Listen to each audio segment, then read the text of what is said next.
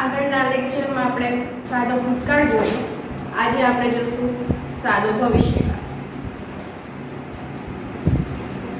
The simple future tense. સાદો ભવિષ્યકાળ.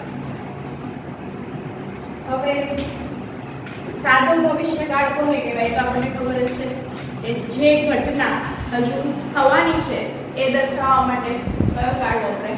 ભવિષ્યકાળ. આપણે આમ એક સમય રેખા જેવું જોઈએ તો વચ્ચે આપણે રાખીએ વર્તમાન કાળ, બરાબર? અને જે ઘટના વીતી ગઈ એ આ બાજુ એટલે કે ભૂતકાળ, અને જે ઘટના હજુ થવાની છે એટલે કે આ બાજુ શું થાય? ભવિષ્યકાળ. હજુ એ ઘટના થઈ નથી, આવનારના સમયમાં થવાની છે, તો એ દર્શાવવા માટે શું વપરાય? તો કે સાદો ભવિષ્યકાળ. હવે આપણે કોઈ પણ કાળ ટેન્સ ચાલુ કરીએ એ પહેલા આપણે શું જોઈએ? તો કે બે વસ્તુ. એક તો એનો યુઝ અને બીજું છે વર્બ ફોર્મ. ઓકે, સાદો ભવિષ્યકાળ ક્યાં વપરાય? જે ઘટના આવનારના સમયમાં થવાની છે, આવનાર સમયમાં થવાની છે. બીજું વર્બ ફોર્મ. તો કે આમ જોઈએ ને ઇંગ્લિશમાં તો એ લોકોએ બે જ પરિસ્થિતિ દર્શાવી છે. એક તો ભૂતકાળ અને બીજી છે વર્તમાન કાળ. આમ આપણે જે V1 to V5 જોયા હતા કે એમાં પણ જોજો કે ભવિષ્યકાળનું કોઈ વર્બ ફોર્મ આવ્યું નથી. એટલે એ લોકોએ શું કીધું છે કે will અથવા shall પ્લસ ક્રિયાપદનું V1 verb 1 એટલે કે મોટું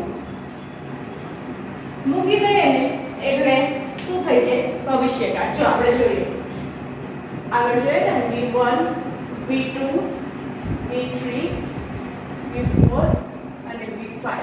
એક એક્ઝામ્પલ લઈએ ટુ રાઇટ. તો એનું મૂળ રૂપ શું થાય? રાઇટ નું write. V2 wrote, written, writing અને રાઇટ અથવા તો રાઇટ. હવે આમાંથી જોઈએ તો V5 વપરાય ક્યાં?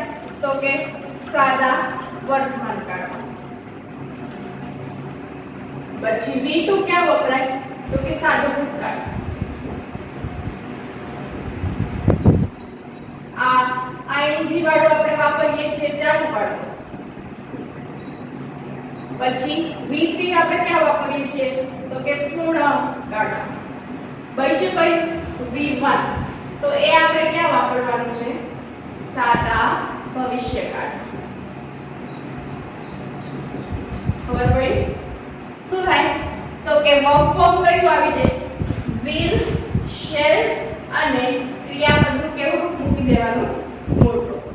હવે જોઈએ આપણે કે ક્યાં will વપરાય અને ક્યાં shall વપરાય. એના માટે સર્વનામનું કોષ્ટક બનાવી દઈએ.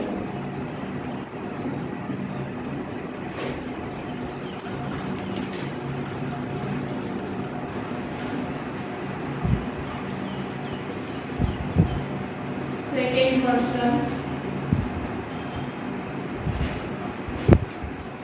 third person,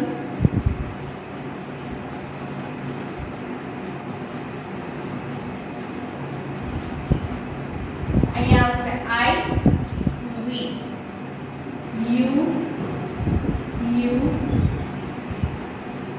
he, she, it અને હવે આપણી પાસે હેલ્પિંગ વર્બ કયા છે? બે. શેલ ને વિલ ને શું કહીએ આપણે? હેલ્પિંગ વર્બ કઈ? બે છે. હવે વિલ ક્યાં મૂકવું અને શેલ ક્યાં મૂકવું? તો I અને we જોડે શું આવશે? શેલ. બાકી બધે આપણે શું મૂકીશું? will.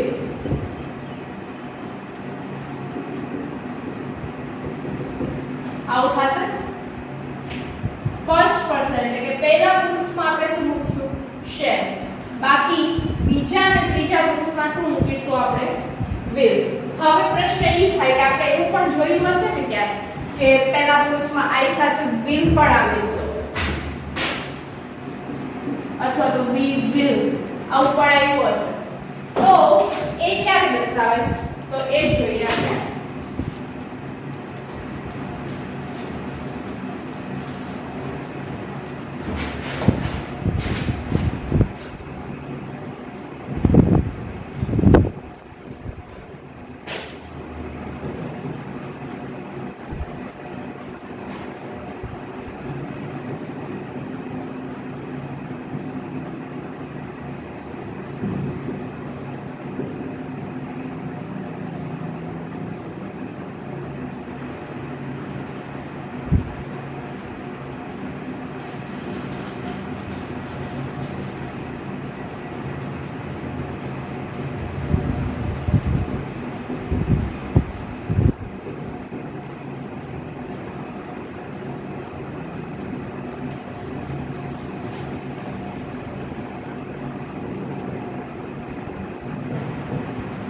આવું ને ઘણીવાર આપણે I will we will એવું મૂકે તો I will અને we will ક્યારે આવે તો કે જ્યારે આપણે સેન્ટેન્સમાં ફરજિયાતપણ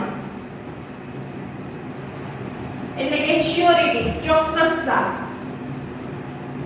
કે આવું થશે જ ત્યારે શું વાપરી શકીએ I will we will અને આ નોર્મલ કન્ડિશન છે નોર્મલ પરિસ્થિતિ નોર્મલ માં આવું થાય I shall we will પણ જ્યારે આપણે શ્યોરિટી એટલે કે ચોક્કસતા ફરજિયાત પણ દર્શાવવું હોય ને ત્યારે શું વપરાય I will we will તો પ્રશ્ન એ થાય કે I will we will એમ હોય તો you માં આપણે ચોક્કસતા દર્શાવવી હોય તો ક્યાં શું વાપરી શકીએ તો ત્યાં શું આવી જાય shall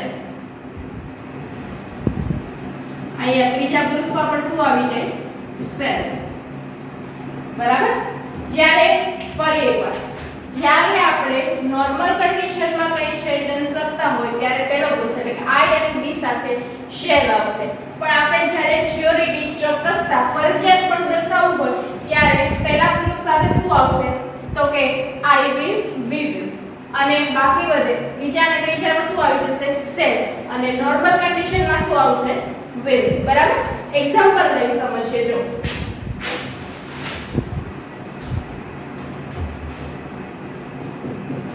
I shall go to market tomorrow. હું કાલે માર્કેટ જઈશ આનો મતલબ એમ થાય કે એ ચોક્કસ કાલે માર્કેટ જવાનો જ સોરી કાલે જઈ શકે અને નહીં પણ જઈ શકે પણ જો આમ લખ્યું હોય ને I will go to market tomorrow તો એ ચોક્કસ જવાનો જ છે માર્કેટ એને કાલે જવું જ પડશે પણ જો સેલ છે તો એ જાય પણ અને ન પણ જાય બરાબર પણ હવે પ્રશ્ન એવું થાય કે આવું આપણે બહુ અજુગતું લાગે he shall આવું ક્યારે થાય he shall go to the market tomorrow ના થાય બોલો કારણ કે આપણે પહેલા પુરુષની સિયોરિટી ચોક્કસતા આપણી ચોક્કસતા આપણે આપી શકીએ કે હું કાલે માર્કેટ જવાનો છું અથવા તો અમે કાલે માર્કેટ જવાના છે પણ આપણે કોઈ ત્રીજા પુરુષની ચોક્કસતા આપી શકતા નથી કે આપણે આપને લખી શકતા કે he shall go to market આપણે એની ચોક્કસતા કઈ રીતે આપી શકીએ પણ જો આપણે કોઈ બંધારણ કે કોઈ ગુનો તોડ્યો હોય ને તો એને આપણે લખી શકીએ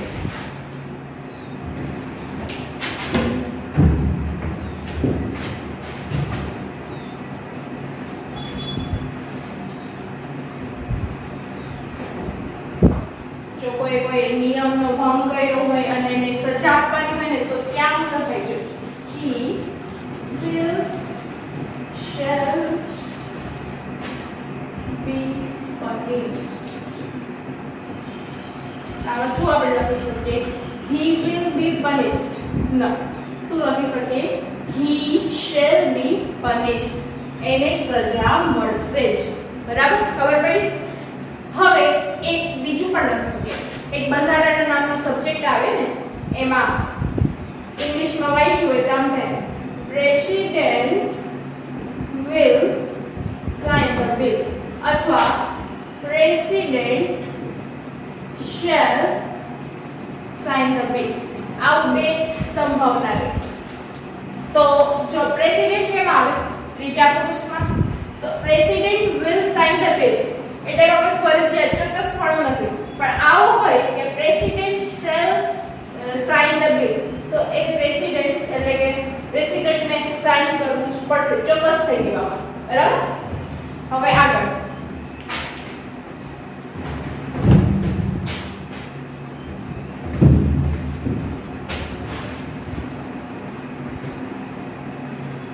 હવે એની વાક્ય રચના જોઈએ.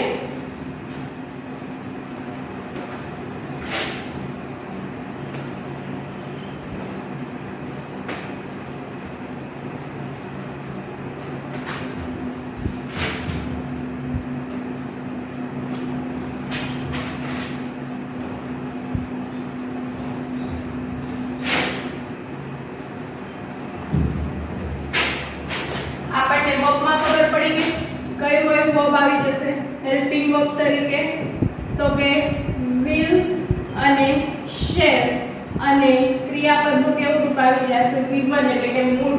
તો હવે આના ઉપરથી આપણે વાક્ય રચના બનાવી શકીએ.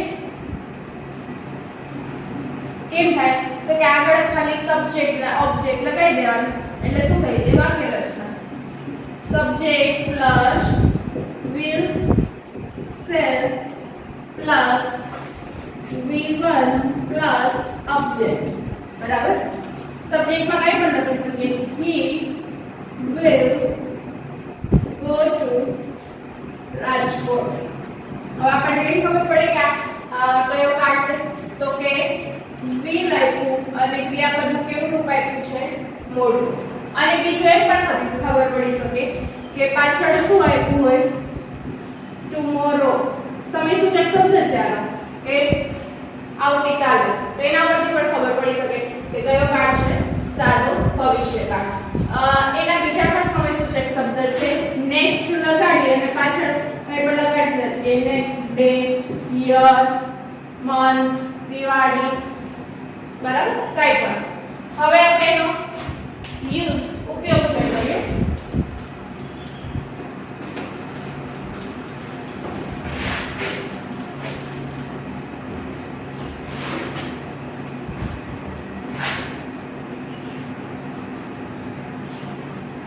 તો કે આવનાર સમયમાં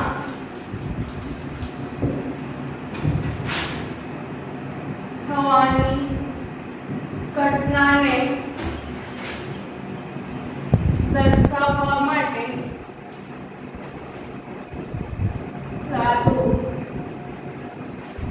ભવિષ્યકાળ વપરાય છે. બરાબર, એક એક્ઝામ્પલ લઈએ.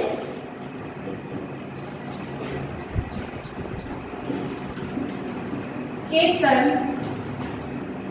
will write letter tomorrow. આગળ શું છે, કેતન ત્રીજો પુરુષ એક વચન એટલે will અને shall માંથી શું લગાડ્યો આપણે will, અને write નું શું write એટલે ક્રિયાપદનું મોડું. બીજું લઈએ, he will go to school next week. આવતા અઠવાડિયે સ્કૂલે જશે. તો શું થાય, ત્રીજો પુરુષ એક વચન એટલે will અને shall માંથી will અને ક્રિયાપદનું મોડું. પછી એક બીજો એનો ઉપયોગ છે કે શરત દર્શક વાક્ય હોય ને, કન્ડિશનલ સેન્ટેન્સ, એમાં પણ શું વપરાય સાદો ભવિષ્યકાળ. તો કે કેવા સેન્ટેન્સ, એક્ઝામ્પલ લઈએ. If you come here, I will help you. શું આપ્યું છે? If you come here, જો તું અહીંયા આવીશ, I will help you. હું તને મદદ કરીશ. આમાં જો પેલું કયું છે બીજો પુરુષ એકવચન ક્રિયા બધું મૂળ રૂપ આવ્યું એટલે આ કાર્ડ કયો થઈ ગયો? સાદો વર્તમાન કાળ. અને I સાથે will અને ક્રિયાપદનું મૂળ રૂપ એટલે શું થઈ ગયું? આ સાદો ભવિષ્યકાળ. અને જો અહીંયા I સાથે will આવ્યું ચોક્કસતા દર્શાવે છે કે એ મદદ કરશે જ, બરાબર? અને આગળ if એ સરદર્શક શબ્દ છે. If you come here, I will help you. જો એ અહીંયા આવશે, જો તું અહીંયા આવે, હું તને મદદ કરીશ. પહેલું સાદા વર્તમાનકાળમાં અને બીજું સાદા ભવિષ્યકાળ. બીજું એક આપીએ. If he invite me, she will go to park. જો આ વાક્યને ધ્યાનથી જોજો. If he invite me, she will go to party. પહેલું વાક્ય કેમાં હોય? સાદા વર્તમાન કાળમાં. તો જો આપણે બોલતા કે he invite me, બીજો પુરુષ એકવચન ક્રિયાપદનું કેવું રૂપ આવે? es વાળું. તો શું આવે? invite માં પાછળ શું લાગી જશે? es. જો તે ઇન્વાઇટ કરશે મને તો તેની પાર્ટીમાં જશે. તો હજુ કઈ બંધબેસતું નથી. જો શું છે? he invite me, મી છે એ મને આમંત્રણ આપે તો પેલી કેમ છે? કાંઈ બે સંભાવના છે. અથવા તો અહીંયા એમ લખી શકીએ he invites her, she will go to the party. અથવા તો આમ લખી શકીએ he invites me, I will go to party. જો તે મને આમંત્રણ આપશે તો હું પાર્ટીમાં જઈશ. બરાબર? આ બેના ઉપયોગ થઈ ગયા. હવે આગળ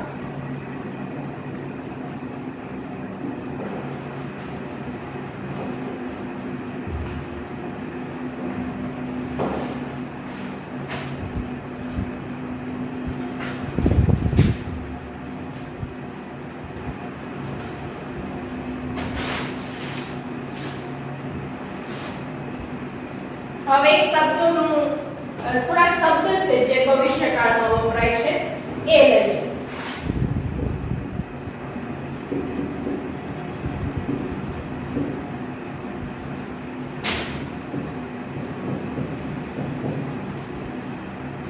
જો have has plus to plus v1 આવું આપ્યું હોય ને તો ભવિષ્યકાળ સૂચવે છે. એક્ઝામ્પલ લઈ જોઈએ કે આ સાચું છે કે ખોટું.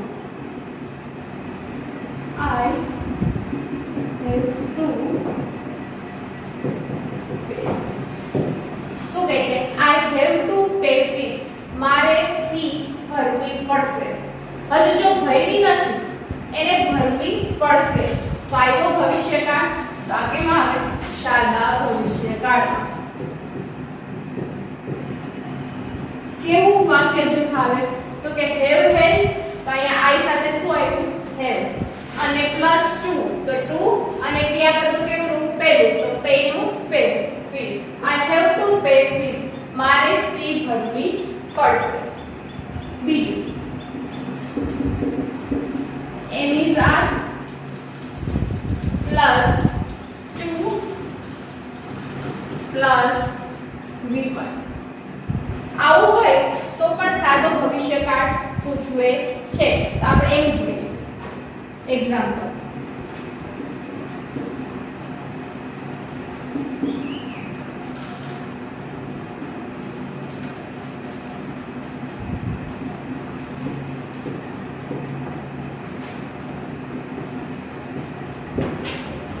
he is to come here.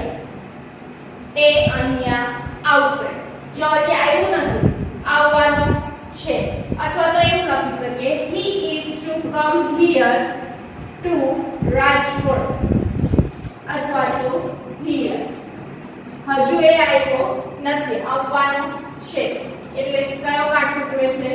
સાદો ભવિષ્ય. બરાબર?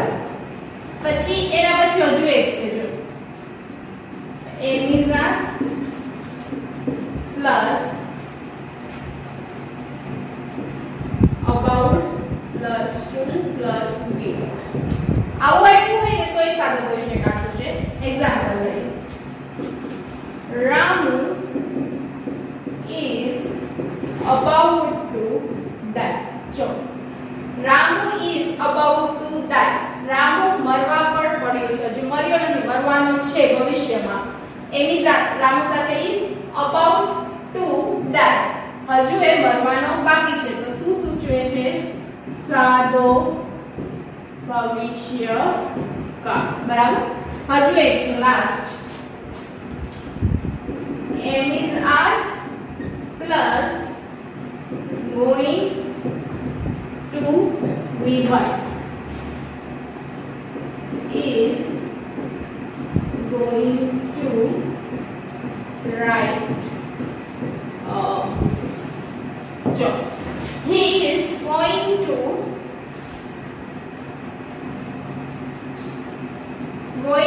write a book. તે બુક લખવા જઈ રહ્યો છે. હજુ એને બુક લખી નથી. એ કોઈ મતલબ એટલે એવું નહીં કહેવાનું કે ચાલતા બુક લખે છે. કેવો ઇંગ્લિશમાં આપણે ગુજરાતી સમજીએ ને એવી રીતે કરવાનું. જો તે બુક લખવા જઈ રહ્યો છે. હજુ એને બુક લખી નથી. તો શું સૂચવે છે? સાદો ભવિષ્યકાળ. પણ જો આપણે ઇંગ્લિશમાં કઈ ભૂલ લાગે તો કે આર્ટિકલ એ આપ્યો છે અને પાછળ બહુવચન છે તો એસ આવે નહીં અથવા તો એ ન આવે. બરાબર. હી ત્રીજો પુરુષ છે એટલે એની સામેથી ઇઝ ગોઈંગ ટુ V1 મૂળરૂપ રાઈટ નું રાઈટ. હજુ એક આનું એક્ઝામ્પલ લઈએ. હી ઇઝ ગોઈંગ ટુ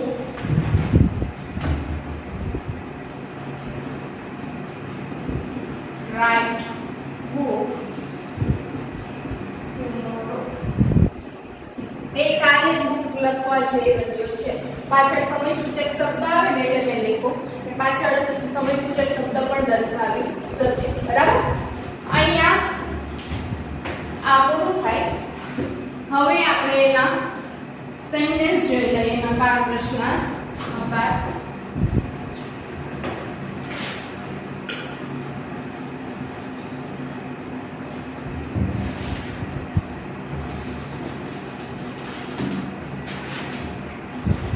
હકાર જોઈએ. પેલા આગળ જોઈ લીધું, પર એક જોઈએ તો કે subject plus will shall plus ક્રિયાપદનું મૂળરૂપ પ્લસ ઓબ્જેક્ટ.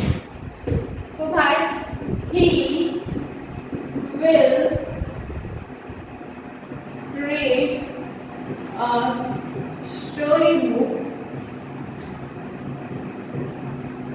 tomorrow. તે આવતીકાલે વાર્તાની બુક વાંચશે. સબ્જેક્ટ તરીકે he છે એટલે shall અને will માંથી will.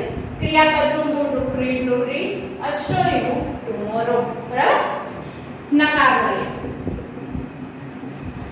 Subject plus will shall plus not plus ક્રિયાપદનું મૂળરૂપ plus object. He will not read a storybook tomorrow. વાક્ય કેવું થયું? નકાર. કારણ કે શું આવી ગયું? will not. બરાબર.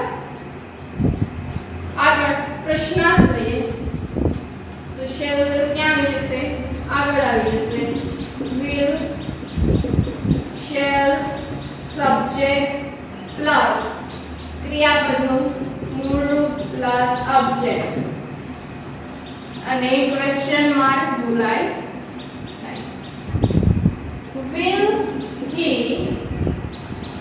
read a storybook? શું તે સ્ટોરીબુક વાંચશે? જવાબ આપવો હોય તો આપી શકીએ યસ ઓર નો માં. યસ he will અથવા તો no he will not. હવે will not નું શોર્ટ ફોર્મ લખવું હોય તો શું થાય? not. બરાબર. નકાર પ્રશ્ન જ જોઈએ તો શું થશે? will plus subject plus not plus V1 plus object plus question mark. અને બનાવે તો will he not read a story? અહીંયા જો આપણે બોન્ડ લગાડવું હોય ને તો એને આગળ જ લગાડીએ. બરાબર. અહીંયા આપણા સાદા કાર્ડ પણ પૂરા થાય છે. પ્રેક્ટિસ માટે તમારે સેન્ટેન્સ બનાવી રાખવાના. બરાબર. આજનો વિડિયો અહીંયા પૂરો.